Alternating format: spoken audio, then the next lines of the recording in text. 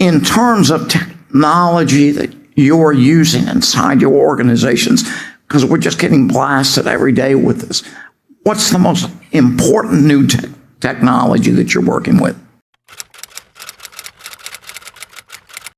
Honestly, it's still just calculators. It's just calculators. And can you make that calculate? And, you know, I try not to keep it too fancy, because once I do, then I start letting other things take care of the information that I should be gathering myself.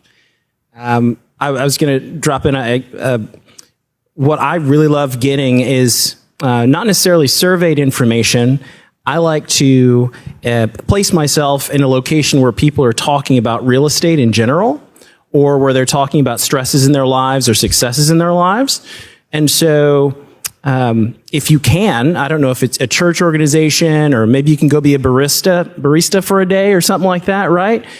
And just hang out and listen to the way that people talk about things. It is an incredible insight. Like, I knew very quickly that there were two guys, and they were talking at a bar, right? And they were like, "Oh, we're going out and get drunk tonight because I no longer have any contacts in the government in one of these departments." It was like, there's 8 people and I have no email address to send things to anymore. Interesting. I guess we'll stay where we're employed. We're not going to quit our jobs now. Yeah. And you don't just get that because you read a report, right? Right. And so it's good. I like that. Yeah. Erwin, what are you seeing technology-wise that's helping you? Well, technology is great for research because we do a lot of industrial and manufacturing. You're able to really see if there's any environmental challenges. And I don't really care if you have a no further action letter from the federal government. That's a non-starter. So we're able to get this information really fast on properties just to see if it's something we want to look at. You're able to pull, sales comps, rent comps, and even those sometimes you can't even rely on because people like CoStar rely on people like me to give them information, which we don't give. So I don't know what anybody else is giving them out there. But I think a lot of what we do is really old-fashioned detective work. It's getting in the car, talking to the local realtor, talking to the leasing brokers, and we spend a lot of time actually talking to the tenants and the facilities managers, because we think that for them to know that they're stuck in the location because of their workforce or their suppliers or their customers is more important than any rent comp or sales comp out there. So technology is great if you're doing financial reporting, and then again, it's only as good as the person putting the information into the system. But a lot of real estate is relationship and face-to-face and boots on the ground. Makes a lot of sense. Jack, what are you seeing? You took the words right out of my mouth. I really think it is a human business at the end of the day. I think that our team does extensive research and talks to a lot of people. And over the last 6 years, look, it's a smaller industry, right? We've been around for 6 years. We're one of the leaders in this space. So we're typically a broker's first call. We have contacts in all the different markets that we're in. That helps us a lot because, being able to talk to people, kind of like what they've said, that goes a long way. You get to learn more about the tenant, about, each state, especially in our business, is very different, right? It's not federally legal, but it's legal in 41 states medically, and 38 recreationally. But every state is different, and each state government and legislation is different. So really being an expert on that and knowing what to look for in each state goes a long way. So yeah, we can use, Google and all the other online tools for research. But at the end of the day, it's really talking to people and just learning. Yeah, relationship based. Matt?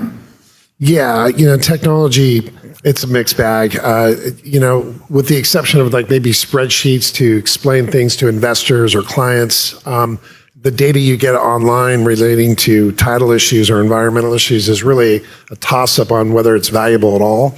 And in some elements of the lending industry, we had more technology or more cohesiveness back in the 90s than we do now. So hopefully that'll improve. Maybe we're just in a stepping stone process getting to the next place. But I think the calculator is probably the best technology, most reliable technology we have. Yeah, so any of you guys still using a Rolodex? I still have one on my desk. I can still beat people looking stuff up on a Rolodex versus using Outlook. I get it. Christ?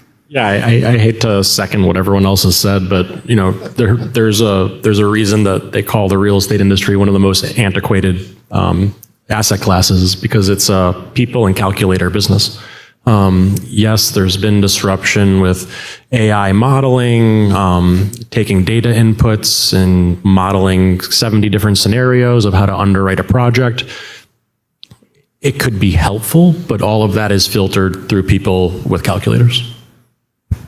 Yeah. Yeah, exactly what everyone said. I mean, you got CoStar, you have Placer AI, which is creepy as all hell. But at the end of the day, if I go to my LPs and I say, well, CoStar said rents were this, and I missed the mark by 20%, like, they're not going to go to CoStar and yell at them. Or there's a gentleman here at the last conference, or the past ones, he's probably still in here, that he either created or has an AI model that will take a blast of a deck, and put it into a model in like 2 minutes, which obviously takes me, and maybe if I could take my analyst, might take him 4 or 5 hours if he's fast. But at the end of the day, we got to double check that. So it helps us get to a point, but I think the closing point will always be relationship based, because money's coming from someone or somewhere, and I have to answer those questions back to them. And I agree with Brenton. Placer AI is creepy. It tells me, we know you're in this room. He and I both know, because you're on your phone, that you're in the room. Especially if you were hooking into the internet. We know you're here. My house got robbed by a 4-man team 4 weeks ago. Gloves, hoodies, masks, the whole bit. Worked on the gun safe for 35 minutes. The only thing that saved us is Janine and I pulled into the driveway 10 minutes before they were about to break the safe. And the first thing my son-in-law, who's a detective for the Austin Police Department, said, well, we can look up and see whose phone was being used in the house, provided they clicked into the internet.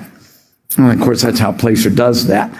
Unfortunately, these guys were smart enough. Nobody clicked in to check scores of the game or anything like that while they were robbing the house. So anyhow, one last thing. Is there anything that this audience can help you guys in terms of product that you're looking for? Absolutely. We are rather bullish on office space over the next 18 months or so. We expect distress in that market. Over the last few years, a lot of people bought 4-bedroom houses because they wanted an extra office at home, right? And so, yeah, Joe, I think you're right. I still want one of those trophy assets downtown with my name on it. Let's do it. There you go. There you go. So, and also, I shared this last time in Florida. I thought it was interesting that Zoom sent out a memo asking everyone to come back to the office. What can we do here, Morgan, to help you?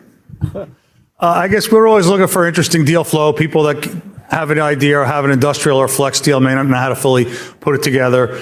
And anyone else who's interested in diversification and wants to learn about multi-tenant and flex and industrial and compounding rents, take your body weight, compound to 3% a year for 10 years. It gets pretty ugly, and that's how we create value. We're happy to teach you. Cool. Jack? Yeah, I mean, the family's always looking at niche industries. Over the last 6 decades, there's always been something that they found. So I think, one thing that I've, always been taught growing up and even into today, you always want to play in a place that other people aren't playing in, right? That's really where the alpha is. So if anyone's got any interesting ideas, let me know. Yeah, Matt, how can we help? I think it's a great time for investors to jump in who've been heavy in stocks and in other areas. That real estate is really, particularly the debt side, which is what we do. I think there's tons of opportunity the next 3 years. I think we're at the point of the business cycle where real estate debt is an excellent option. Yeah, I would agree. Christ, what are you seeing? How can we help? I'm always looking for new developer partners on the institutional side, and always looking for additional equity partners, both in the high net worth, ultra high net worth, family office, and RIA space. Cool. Brenton? We're always looking for, obviously, construction deals. We're very opportunistic on that side, but JV and co-GP, where either people got over their skis or they got a great deal and they need a big brother to come in with their balance sheet. in the construction in the southwest area. And opportunistic, we're building a couple of school districts out in Dallas. We have 90 acres up in Hutto, Texas. We actually own and operate a low-level reentry facility for parolees called New Freedom in Phoenix. And last time in Miami, we met a group that we're talking about a JV to expand that process. So we're kind of, I don't want to say all over the place, but with the right partner and their skills, we'd love to partner with them. But I'd also like to say, every time you go on a meeting or something, instead of asking, what can I grab from you? My first thought is, how can I help you? After the initial pleasantries, how can I help you? Because my network's over here, Joe's, you're probably over here with that. But somehow I've found the more you give and the more you can get people to get deals done, the more it comes back to you. Yeah, karma's a good thing. Gentlemen, thank you so much. Thank you, Joe.